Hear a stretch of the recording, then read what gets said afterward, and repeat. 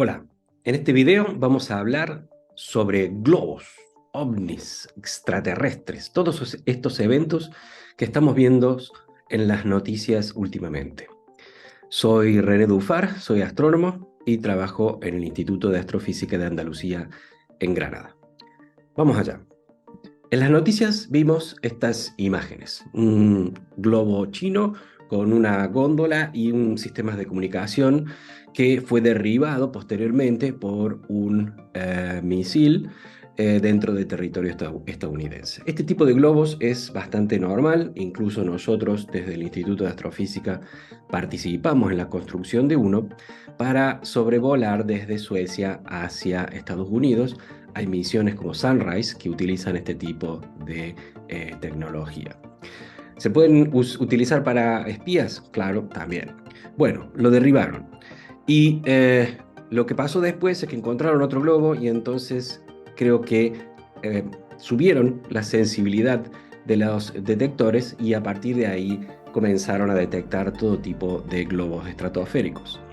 Es bastante normal lanzar este tipo de globos, los hacen para medir temperaturas, los hacen personas particulares para enviar el globo y sacar fotografías.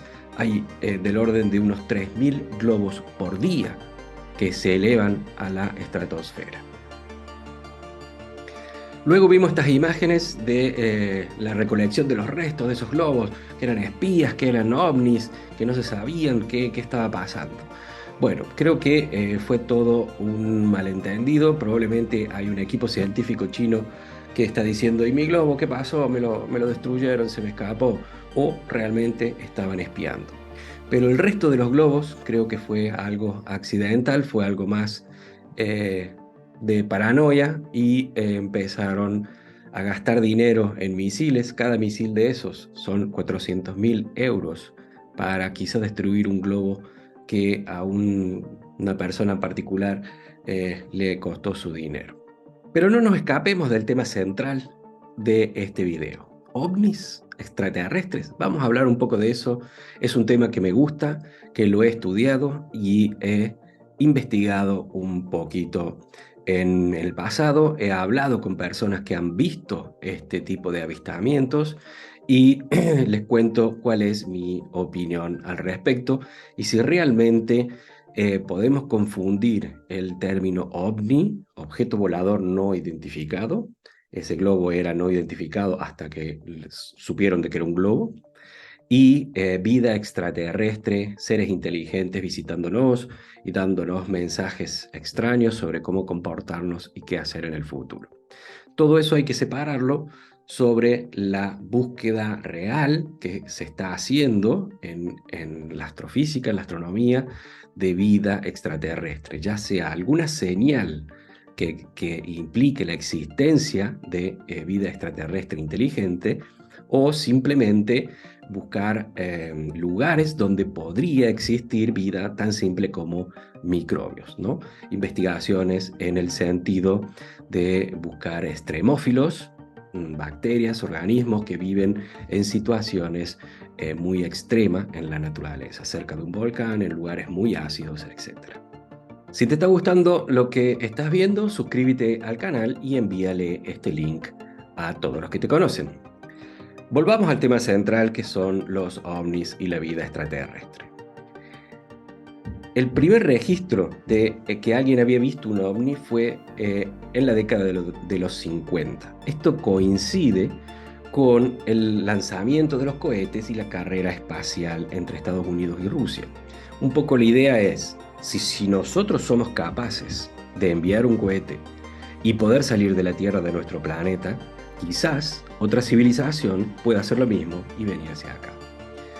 ¿Cuál era la constante de todas estas imágenes? Siempre eran imágenes borrosas, sin nitidez, que se movían muy rápido. Nunca había una imagen clara. Eso estaba justificado con que la cámara era muy mala, que se movía, que la falta de iluminación.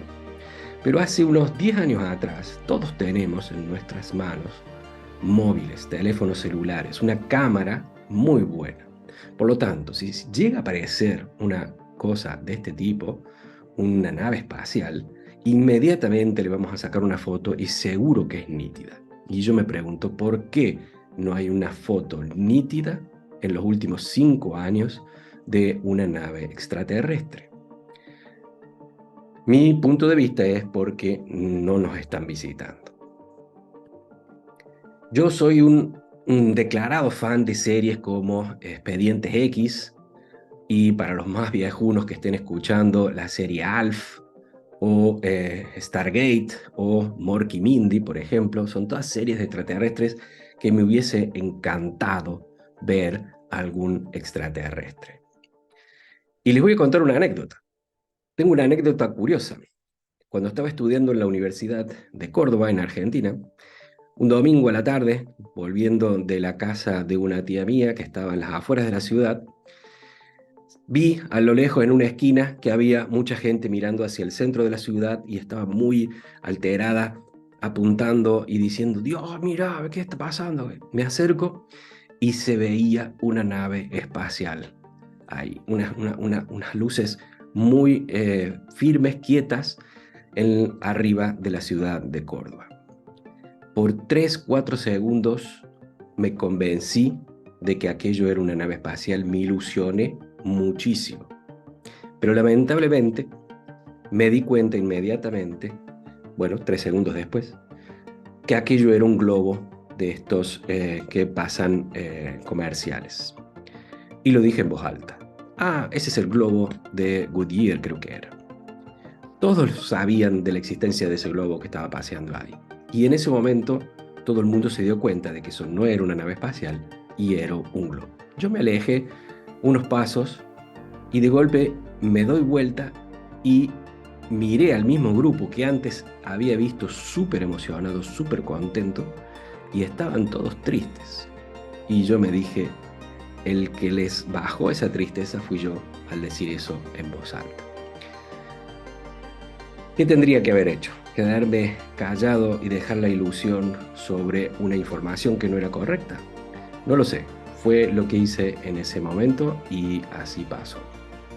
Una de las cosas que juegan en contra de la posibilidad de estar en contacto con una inteligencia avanzada como la nuestra, que se quiera comunicar con otras inteligencias en la Tierra, es que nosotros llevamos unos 100 años comunicándonos, emitiendo radio o televisión, y como humanidad inteligente unos 10.000 años, dentro de esos 4.500 años de vida de la Tierra, del planeta Tierra, perdón, de 4.500 millones de años de vida de nuestro planeta Tierra. Por lo tanto, la humanidad como si es realmente un trocito muy pequeño en el tiempo de la vida de un planeta.